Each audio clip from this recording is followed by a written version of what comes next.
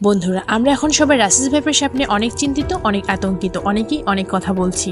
Social মিডিয়ায় রাসেস viper দিয়ে ছেয়ে গিয়েছে, কিন্তু বন্ধুরা আমাদের দেশে এখন আরও একটি ভয়ঙ্কর বিষধর সাপের আবির্ভাব ঘটেছে।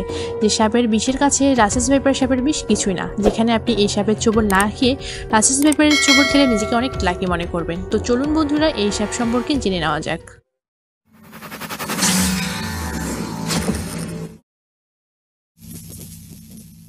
হ্যালো বন্ধুরা, কেমন আছেন আপনারা? আশা করি ভালো আছেন। আমি সুমি চ্যাটার্জি আর আমার সাথে রয়েছে পুলক মুখার্জি।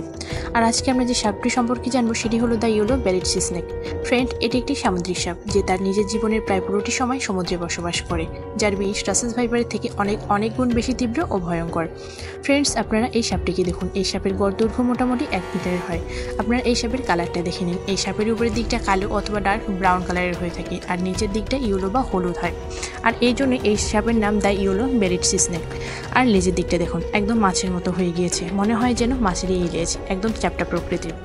এই সাপটি নিজেকে সমুদ্রের পরিবেশে খাপ খাইয়ে নেওয়ার জন্য অভিযোজন প্রক্রিয়ায় নিজের শরীরকে সেই অনুপাতে প্রস্তুত করে নিয়েছে। ফ্রেন্ডস, যেহেতু এটি একটি সামুদ্রিক সাপ, তাই এটি সমুদ্র বা সমুদ্র উপকূল এলাকা ছাড়া আর কোথাও পাওয়া সম্ভব নয়। তাই সমুদ্র ও সমুদ্র উপকূল ছাড়া অন্য কোথাও এই সাপের ভয় নেই। আর বাংলাদেশে রয়েছে বিশ্বের সবথেকে বড় সমুদ্র সৈকত কক্সবাজার, তাই আমাদের দেশে সমুদ্র উপকূল এলাকায় বেশ ভিড় হয়।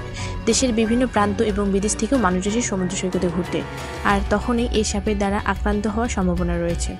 ফ্রেন্ডস, এই সাপের জন্ম ও মৃত্যু দুটি সমুদ্রে হয় এবং এই সাপের আয়ু মোটামুটি 5 থেকে 7 বছরের হয়। রাসেস ভাইপার সাপের মতো এটিও সরাসরি বাচ্চার জন্ম দেয়, কিন্তু রাসেস ভাইপার সাপের মতো এটি একেবারে 20 থেকে 40টি বাচ্চা অথবা সর্বোচ্চ 80টি বাচ্চা জন্ম দেয় না। এরা মোটামুটি 5 থেকে 7টি বাচ্চা জন্ম দেয়। সমুদ্রের গভীর জলে থাকার জন্য অনেকেই মনে করে যে এই সাপের ফুলকা রয়েছে, কিন্তু না বন্ধুরা, এই সাপের কোনো ফুলকা নেই। এই সাপের ফুসফুসই রয়েছে, আর এই ফুসফুসটি মোটামুটি তার শরীরের পুরোটাই জুড়েই রয়েছে। আপনারা স্ক্রিনে তা দেখতেই পাচ্ছেন। এদের যদি নিঃশ্বাস নেওয়ার প্রয়োজন হয় তাহলে এরা সমুদ্রের জলের উপরে উঠে আসে। তারা নিঃশ্বাস নেয় এবং নিঃশ্বাস নিয়ে আবারও সমুদ্র তলে চলে যায়।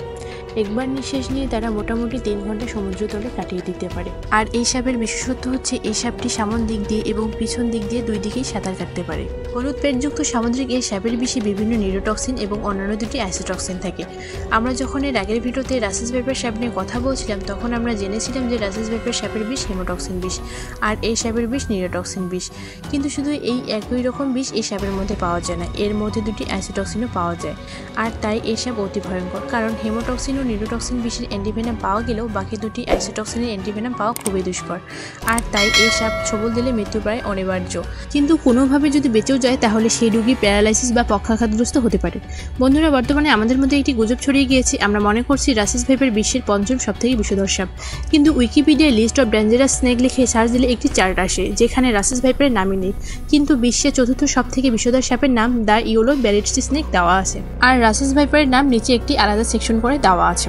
তবে সবথেকে ভালো বিষয় এই যে এরা সমুদ্রের বাইরে 2 পাও চলতে পারে না।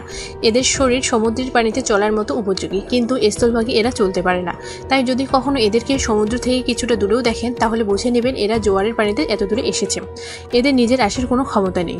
এদের দ্বারা সাধারণ মানুষ আক্রান্ত হয় না বলেই চলে। এদের দ্বারা আক্রান্ত হয় সাধারণত সমুদ্রের জেলেরা, আর এর সাথে সাথে আক্রান্ত হওয়ার সম্ভাবনা রয়েছে সমুদ্রের অঞ্চলে ঘুরতে যাওয়া পর্যটকদের, কারণ বর্তমানে বাংলাদেশের বিভিন্ন সমুদ্রের অঞ্চল কক্সবাজার, কুয়াকাটা, হাতিয়া এবং ভারতের দীঘা সহ বিভিন্ন এলাকায় এই সাপের দেখা মিলছে।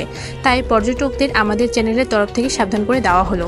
বন্ধুরা, এই সাপের বিষ দাঁত রাসেস ভাইপার সাপের মতো এতটা বড় না, আর মুখের একদম সামনেও না।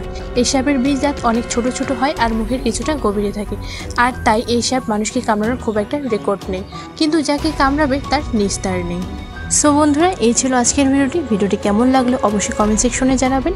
ভিডিওটি লাইক করবেন এবং চ্যানেলটি অবশ্যই সাবস্ক্রাইব করে নেবেন। খুব শীঘ্রই দেখা হচ্ছে আমাদের পরবর্তী ভিডিও নিয়ে। আজকের মতো আমরা বিদায় নিচ্ছি। আমি Sumi, tata, goodbye and see you again.